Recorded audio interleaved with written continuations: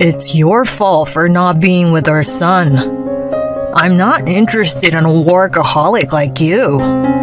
These are the words Brian, my husband of 5 years, said to me. I thought I had done my best to take care of both my job and family. I had no idea he felt this way until he told me. My name is Alicia Adams, a 29-year-old working in product planning for an apparel brand. I have always loved fashion since I was a child. I even made clothes with my mother on a sewing machine. After graduating from a fashion college, I'm fulfilled working for my admired brand. I have a husband of the same age and a 4-year-old son. Brian, my husband, was my high school classmate. We dated once for a few months, but broke up due to college entrance exams. We reconnected at a friend's party after being out of touch for a while. Finding out we worked nearby, we started dating again. Brian was a serious baseball team ace in high school, but enjoyed his university life fully. He seemed a bit shallow when I met him again, but his caring and kind nature hadn't changed. We married within a year of dating. When we announced our marriage, our parents were delighted.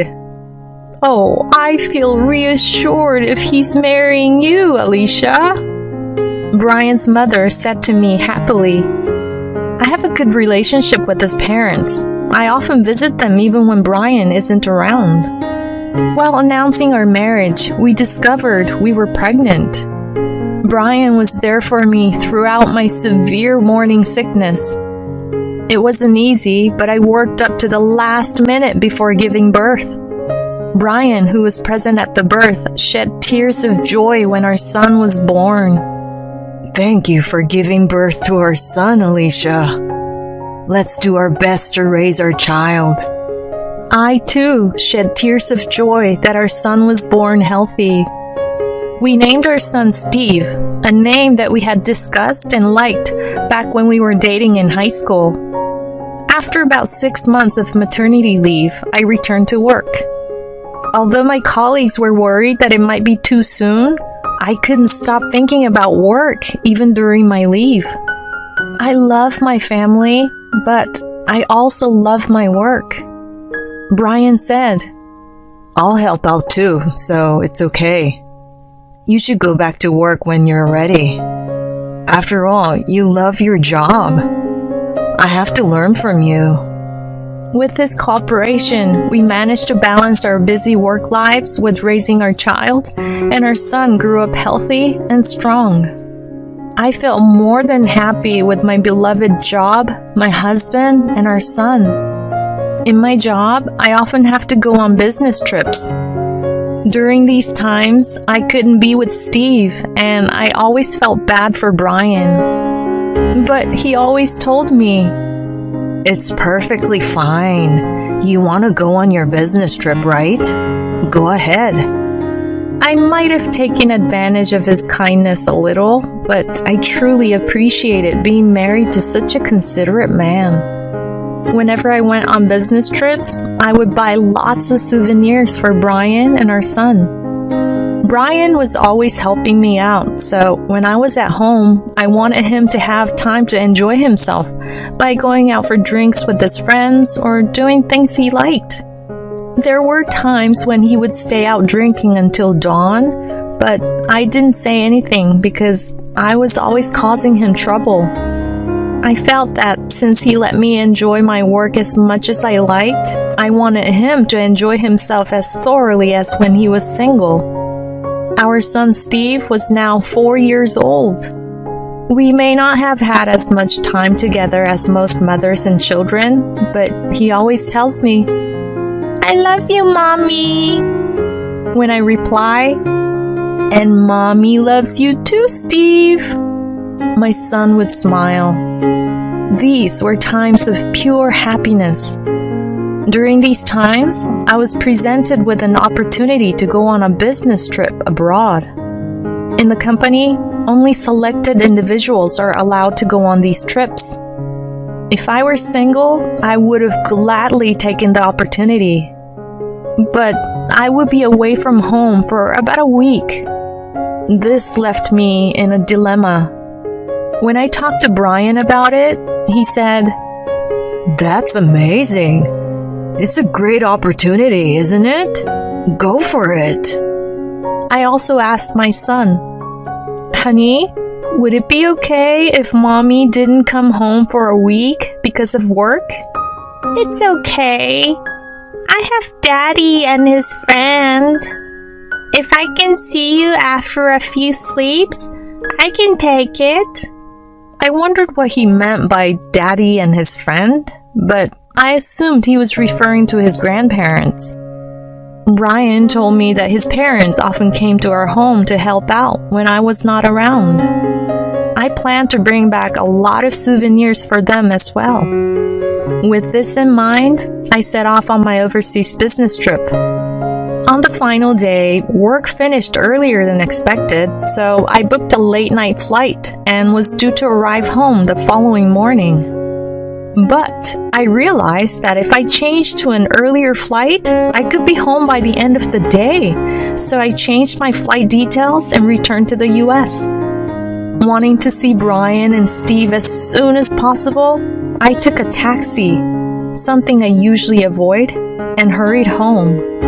It was a Saturday evening, so I expected them both to be home. I rushed into the house with a ton of souvenirs, expecting to surprise them with my early return.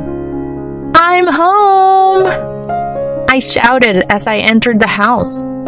Mommy! Welcome back! Steve came running towards me. Brian was nowhere in sight. Puzzled, I asked my son, Honey, where's Daddy? He's been out since the morning. He's coming back tomorrow. I was lonely. And his eyes welled up with tears. He must have been very lonely. I was shocked. Steve was only 4 years old. It was too early to leave him home alone, let alone for more than a day. What if something had happened? Steve wouldn't be able to use a phone or send an email. He probably couldn't call for help. Where could Brian have gone, leaving Steve alone? I was full of questions. I also felt angry with him. I knew he probably wouldn't tell me the truth if I asked him directly. So, pretending that I was still overseas, I called him. Hello? I'm coming back tomorrow. Where are you now? Yeah, have a safe flight back home. I'm on a trip with Steve right now. We'll be back home by the time you return. He rattled off lie after lie, as expected. I was disappointed with him and hung up after saying, I see. It seemed he had been about to say something more, startled by my reaction. I hugged Steve tightly. Not only did Brian lie, but the fact that he was ready to leave our son, 4-year-old son, home alone for over a day was unforgivable. Seeing Steve tearful, I thought it was impossible for me to continue my marriage with him. I gave Steve his souvenirs and cooked dinner, and we ate together. Hey, sweetie, do you know where Daddy has gone? I asked him. He answered, He's gone out with Mandy. I didn't know any woman named Mandy among our acquaintances. As far as I knew, Brian didn't have any sisters. Does Mandy come often? I asked my son. She comes to our house a lot when you aren't around, he answered. I was convinced that he was having an affair.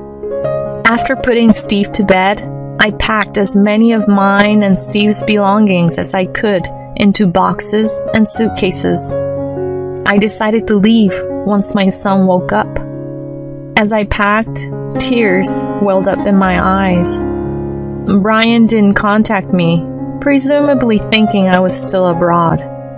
The next morning, I stuffed the car full of our belongings and went to my parents' house. Where are we going, Mommy? Steve asked curiously. We're going to visit Grandma's house, was all I told him.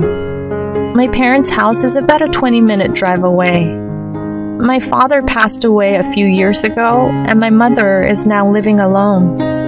She was surprised by the sudden arrival, but after dropping off our belongings and leaving Steve with her, I headed for the city office to get a divorce application. I returned home, left the divorce papers and my wedding ring, and wrote him a note. I cannot stay with someone who makes Steve sad. Divorce me. Wishing you happiness with Mandy. And then I returned to my parents' house. When I arrived, my son was taking a nap, and my mother was furious when I explained the situation. She knew Brian since high school, and she kept saying, I never thought he would do such a thing. He is so kind and serious. After Steve woke up from his nap, we three went out for a meal. I chose a restaurant known for its delicious hamburgers, Steve's favorite. Watching him happily munching on his hamburger, I knew I had to protect him. After the meal, we returned home and my phone rang. It was Brian. I'm sorry for lying. Please come back. I was actually visiting a college friend who was in a hospital after an accident. I asked my mom to take care of Steve, he said, obviously lying. I felt cold towards him, so I played a little mean and asked, Is this college friend named Mandy? He feigned ignorance. Huh? Who's Mandy? Steve was crying when I came home. I don't want to be with someone who makes him cry. I want a divorce and I'm not coming back to that house. He pleaded. Please reconsider. I rushed out because my friend had an accident. It's true that I asked my mom to take care of Steve. I'll call you again. And he hung up. I felt like everything he said was a lie, and I'm pretty sure it was all a lie. But he seemed to think he could still deceive me.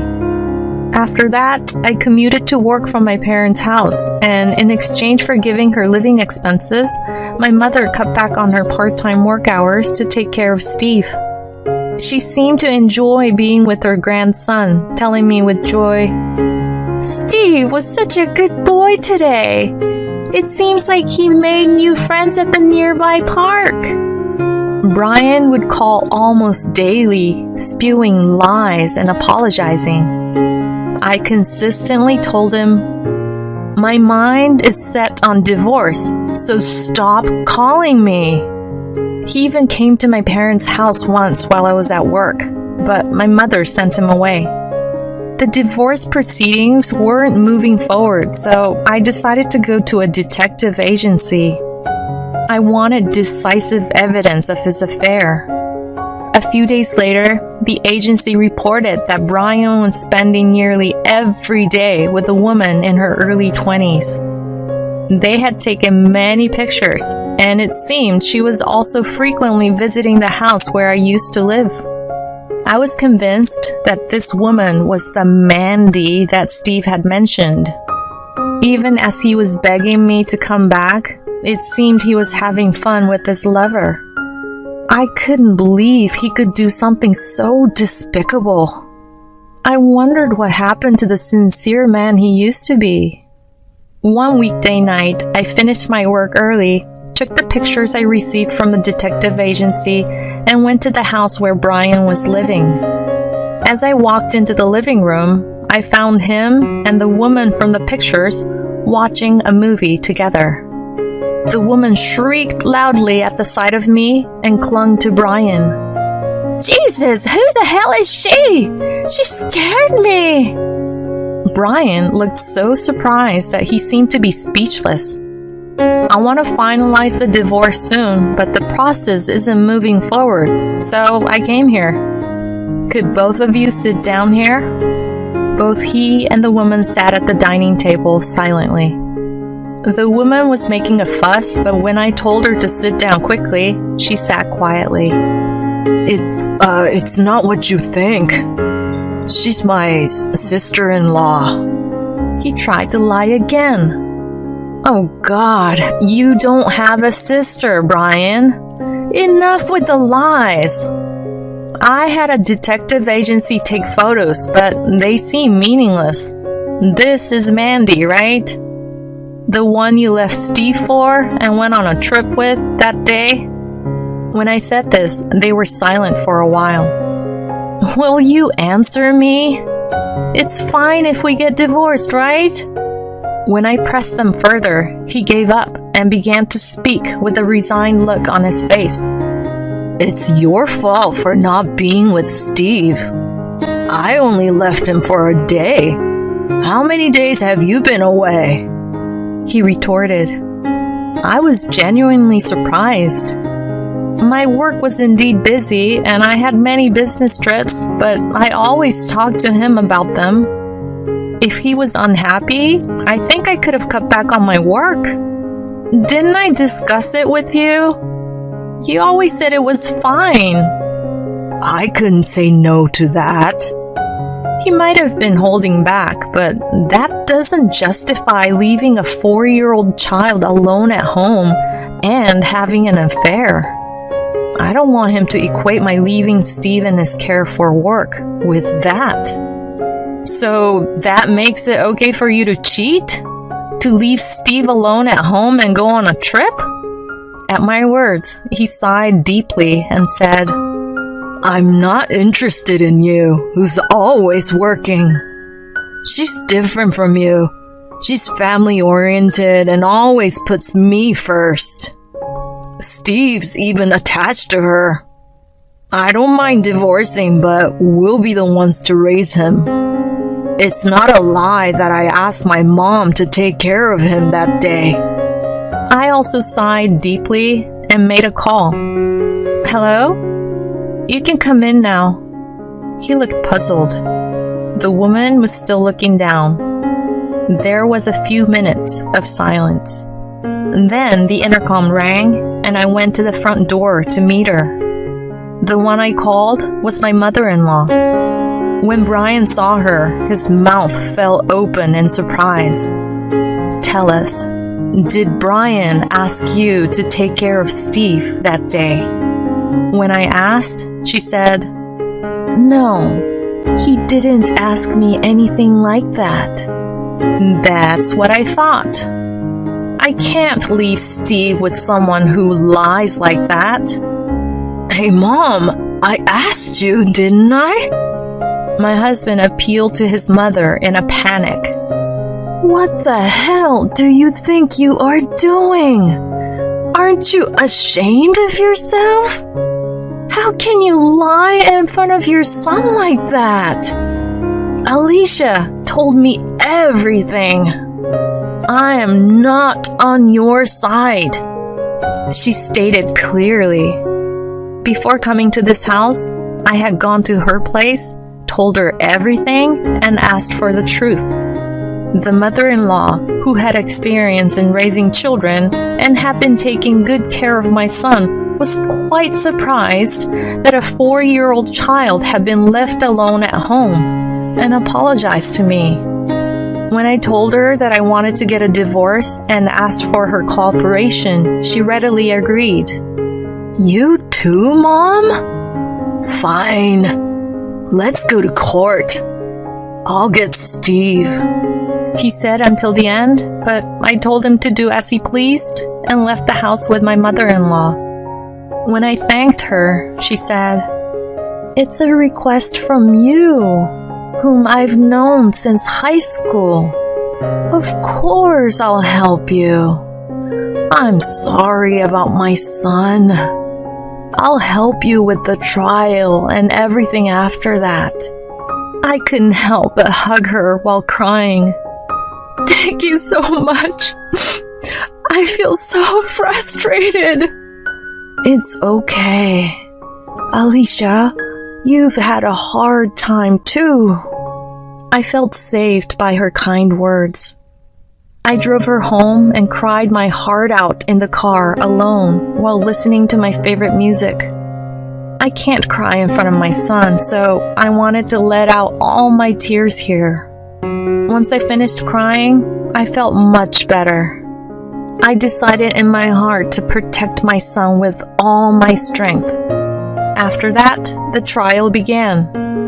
I knew I would win without trying, but Brian insisted on a trial.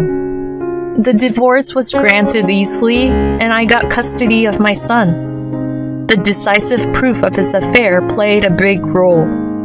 I was truly glad I went to the detective agency. I heard from my lawyer that my husband's mistress was a receptionist at the same company. Since it's a small company, the rumors spread quickly and she was forced to leave the company. Brian is still working there, but he's having a hard time, and he's soon to be transferred to a subsidiary. Even after his transfer was decided, he still wanted to get married, but she firmly refused. Her parents even stepped in to refuse him, which surprised him. I'm seeking damages from both of them. I think they should pay for the pain that my son and I endured. My son and I are living happily with my mother in my hometown. I thought about reducing my work, but my mother quit her part-time job to take care of housework and Steve while I'm away. It's her own decision because she wants to spend as much time as possible with her grandson. In return, I decided to pay for all living expenses from my salary.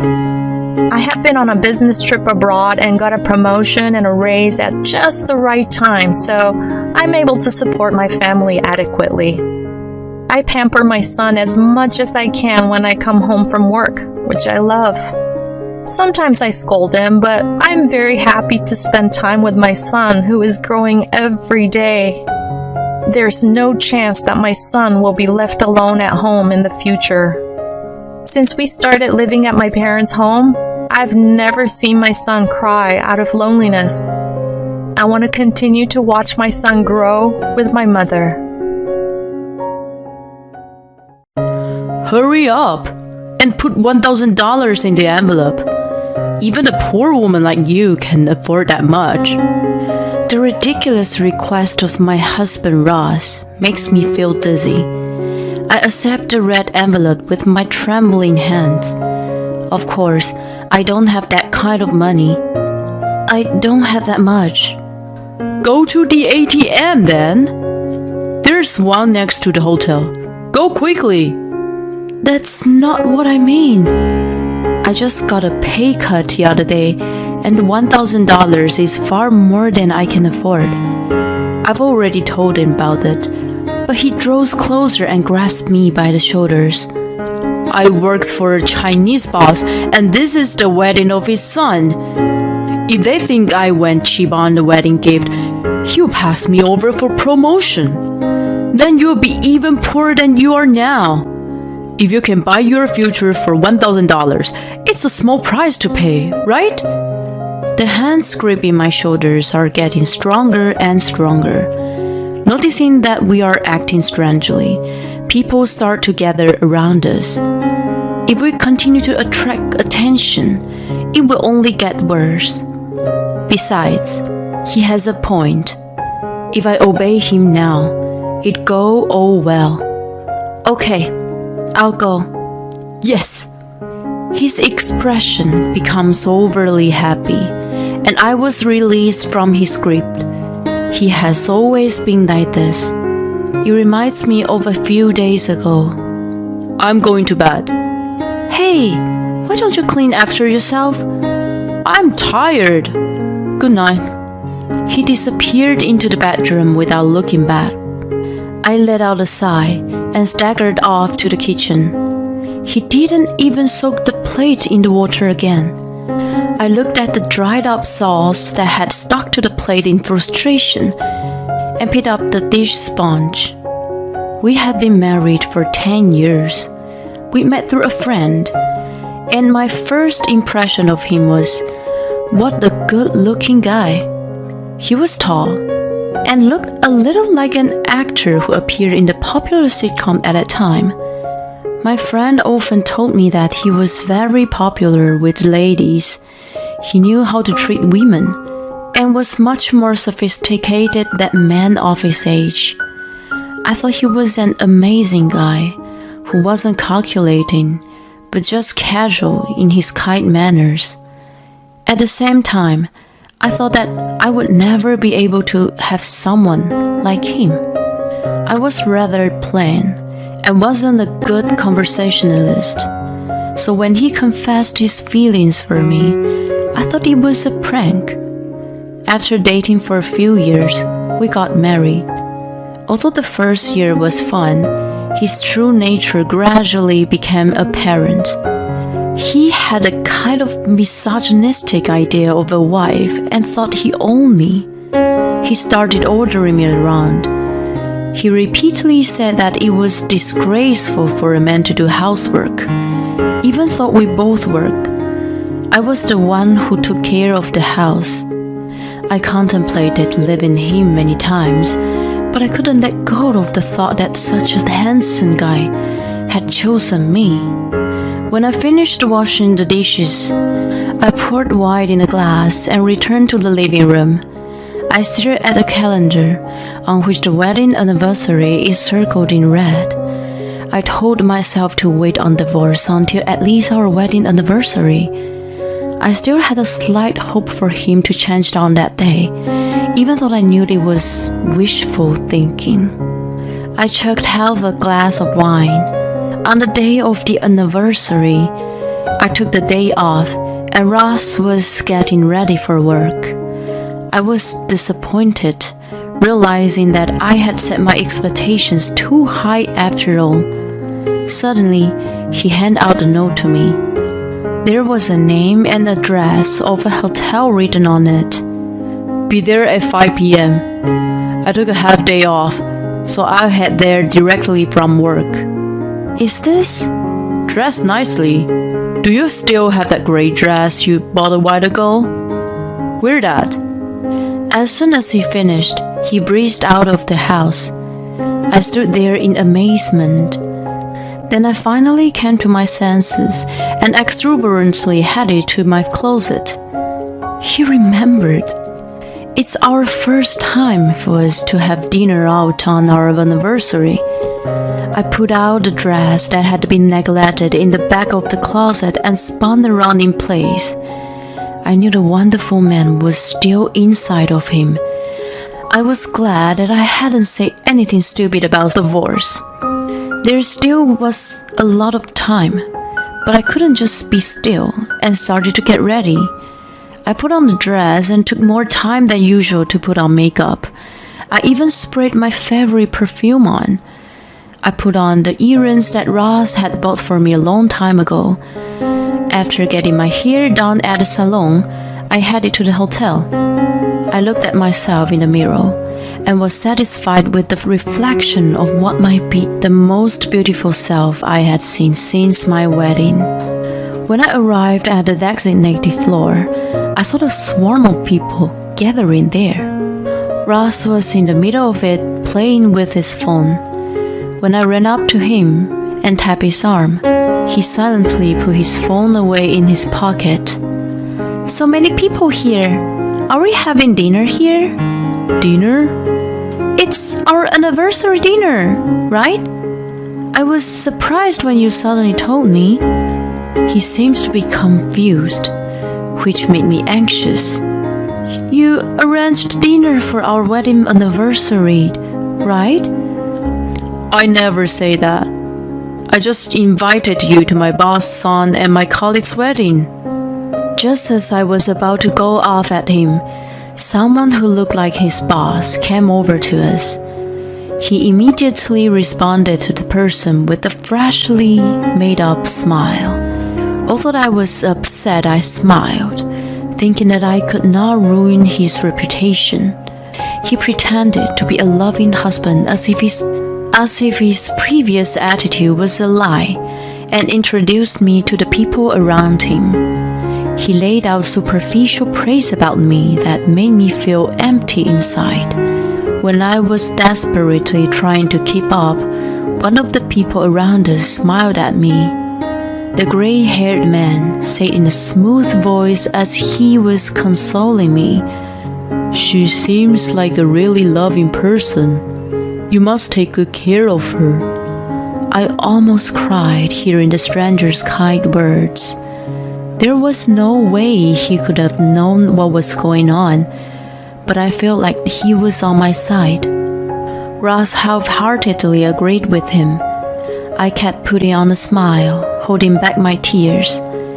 After a while, the greetings were over, and Ross and I were left alone. He didn't even care to see how I was, but sighed deliberately to express his stress. "I'm tired of company politics. I guess women don't understand." The way he said it was so rude that I felt anger boiling up inside me. What's it got to do with being a woman? I work hard and earn my own money too. I played the perfect wife for his trivial pride. There was no reason for him to be sarcastic.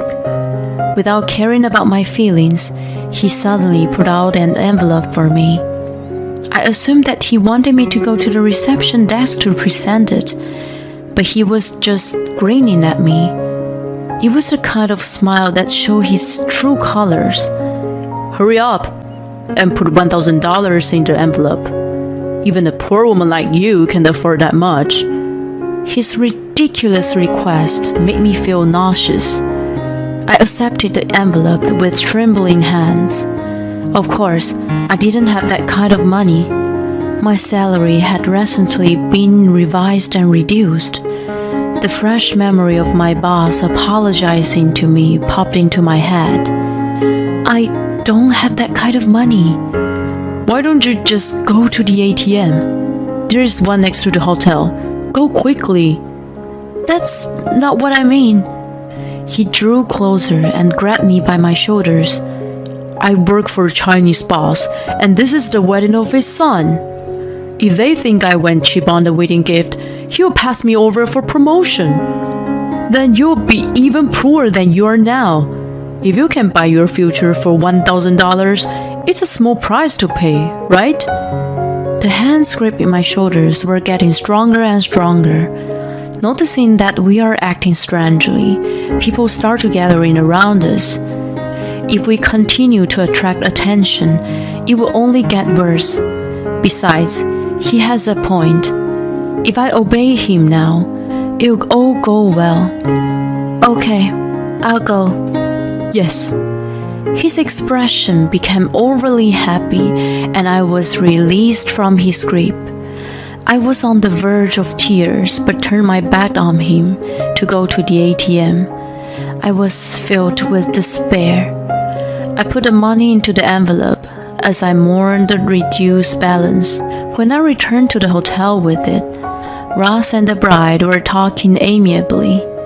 Whenever he made a joke, he quickly touched some part of his body. The gesture seemed rather intimate, or rather sexual, and it made me feel uncomfortable.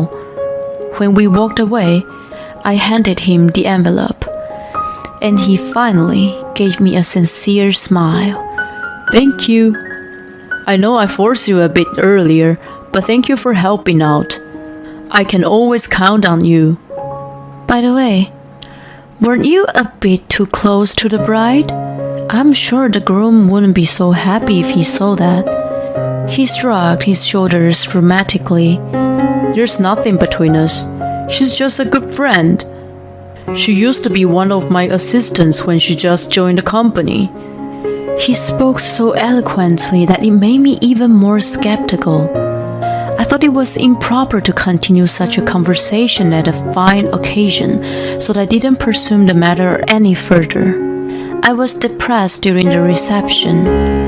The bride kept glancing over at Ross, who kept acting like he was a big shot.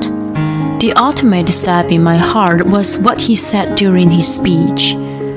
"Mike, make sure you remember to celebrate your anniversary. Jess is a kind woman, but there are etiquettes even between husband and wife. That's when my heart broke, and I left the hotel as soon as the dinner finished. I assumed Ross was going to stay until the end of the party. I drank a cheap wine I bought at a store on the way home and cried. Let's get a divorce. I can't keep doing this with him. After that, I found a lawyer and prepared for divorce. Then, the lawyer suggested that I file a claim for alimony. I told him about the incident at the wedding, and he felt something was up. He told me to try and find conclusive evidence to go after Ross. So, in parallel with preparing for the procedure, I started an affair investigation. He was certainly an inconsiderate person. Although I thought he'd never gotten that far, I surreptitiously picked up his phone. He was in the shower. I estimated the time I have to be about 5 minutes maximum. I opened the messaging app and looked at it anxiously. The names displayed were almost all male, even if the occasional female name appeared. The chats were simple and businesslike. I was about to close the app, thinking he hadn't been ruined that much after all. Then, a notification came in. Your wife hasn't found out about us yet, right? It was a male name, but the message showed otherwise. I felt a shiver down my spine and carefully maneuvered the phone and avoided being double-ticked. Then I put it back in its original position. After waiting for him to go to bed that night, I looked at his phone again. Remembering the name of the man, I opened the chat. They were frequently communicating with each other. The content of the conversation was romantic and sometimes sexual. There was a photo of the woman whom I knew at a glance. It was the bride I had met at the wedding. She was supposedly his good friend. The photo was a close-up of her face, and I noticed the earrings that were the same ones I had. I had them on my ears for the wedding too. He bought the same earrings for his wife and mistress. How thoughtful of him. I could feel nothing at that point and just backed up the data on my computer. Then I sent the data to my lawyer right away.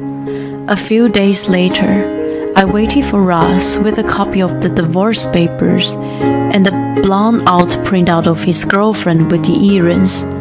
When he got up and saw the picture, he was taken aback. What? That's... Good morning. Can you go through these before you leave? I don't have to explain this picture to you, do I? You snooped around on my phone? You're a criminal! He ripped the picture into pieces, but it was a useless act. I've saved all the message and the picture. You know, you're totally busted, right? I'm making sure you paid alimony.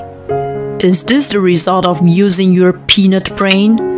Fine, I'm ready to fight. I'm relieved to hear you say that.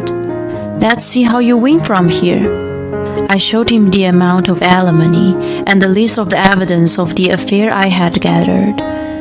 The momentum he just had seemed to fade away. What's wrong? What the heck? I'll forgive you. I'll let go of the fact that you snooped around.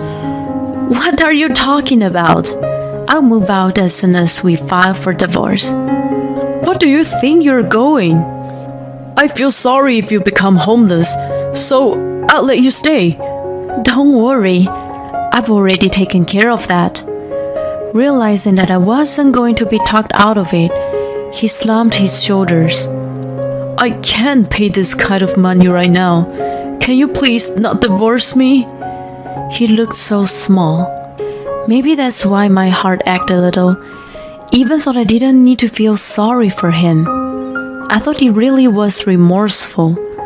I questioned myself if it was right to cut off someone I had been for 10 years. Such thoughts crossed my mind, and the divorce filing was put on hold. It was the next day the drama unfolded. Is this Natalie? Ross collapsed in the office just now. Oh my god! I panicked and rushed to his office. As soon as I ran into the conference room I had been pointed to, I found Ross lying on the floor and his girlfriend next to him. When she saw me, she awkwardly left the room. Although I thought about going after her, I couldn't leave Ross lying there alone. Then the door opened. Huh? Are you alone? Jess was supposed to be watching him. She's a good friend of Ross. Just got married the other day. The guy excused himself, saying that the ambulance had arrived and needed to escort the paramedic, and left. When I saw him off, I noticed the trash can. There was a torn of stockings shoved haphazardly in there. I wondered why there was such a thing there and picked it up. I remember that Jess seems to be bare legs. Natalie? He opened his eyes, and when he saw my hand, he stood up suddenly. He tried to take the stockings away from me, so I reflexively backed away from him. What's the matter with you all of a sudden? Give it to me! Why do you want the torn stockings so badly? I looked closely at his suit, which was wrinkled in places. Then the dots was finally connected in my head. I rolled up the stockings and hid them behind my back. Now I got it. You're unfaithful to me at work. I don't know what you're talking about. She called the ambulance, didn't she? It was a man who called me. Poor guy was put in the middle of it. I saw your girlfriend sitting next to you. She ran away as soon as she saw me. When I was talking, the paramedics and his colleagues came running into the room. They must have sensed something was amiss and looked at us silently. It was your own fault that you collapsed. Aren't you ashamed to have caused so much trouble for so many people? I explained the situation to the paramedics, and then I went to file the divorce right away. On that same day, I left my home and headed to my parents' house. Both of them gladly accepted me back. That night, I received numerous calls from Ross. He was so persistent that I reluctantly picked up the phone in the end. Hey! I filed the divorce papers today. Happy separation anniversary. You made a speech about cherishing the anniversary and never forgetting it. Oh, and the alimony will be paid in the 12th of every month. Then even you won't forget. I hung up on him and immediately blocked his number. A few months later, I'm finally relaxing after settling in a new place. It's been a long time since I lived alone, but it really feels good. After the collapsing incident, Ross and Jess were heavily criticized by their colleagues and resigned voluntarily. Bad reputation has spread within the same industry, and they were struggling to find a new job. The two seem to have been driven into what Ross calls poverty. He's still making alimony payments, thought it could stop at any time. Even without the alimony, I'll be able to make a living, but I have no plan to withdraw it. I see it as a purification for him as well. I have a good job now, and I also have time for my hobbies. It's great for me to be able to resume hand-making goods. In addition to feeling more relaxed, I'm now able to earn a side income too. I was shocked when I realized how much time I had wasted on that man. I feel powered up and being more active than ever, trying to make up for the loss now. Oh no, it's late. I'm supposed to have a coffee with a friend today. The sun is shining warmly through the window as if to bless my new life.